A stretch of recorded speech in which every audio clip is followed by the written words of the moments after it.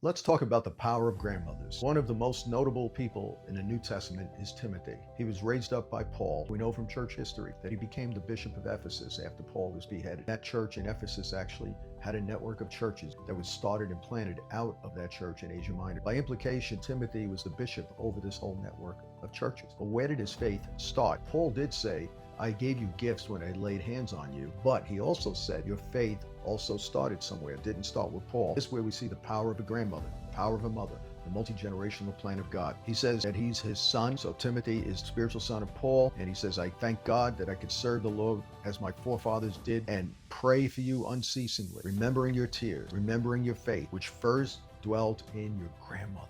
Wow. And the grandmother's name is Lois. Did Lois know that we would be talking about her grandson more than 2,000 years later? Not only did the faith start with Lois and then go to your mother, it's also in you as well. You don't know what can happen to that grandchild or those grandchildren that you're pouring into. You don't know who you're raising up. They probably didn't have much influence, but the fact that they were faithful and pouring into these young people, probably Timothy, and maybe there was a few others, was something that God called them to do. That was their primary assignment. Here we are reading about this young boy 2,000 years later has became a great apostolic bishop. God has a generational plan. You're never wasting your time by pouring into your grandkids. The father is not even mentioned. This gives hope to single moms. The power of a single mom. Whether the father was dead or whether he wasn't a believer, he was not instrumental in nurturing Timothy. I want to give single moms and grandmothers hope. I believe we do need men and fathers and husbands, of course. It makes it much more powerful. But even if you're lacking that, God could override that, not because of that, but in spite of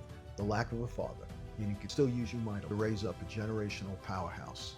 I hope this was a blessing to you. I hope that you also pour the scriptures into your children and your children's children, because you never know what kind of impact they're going to have that will reverberate for centuries to come. God bless you.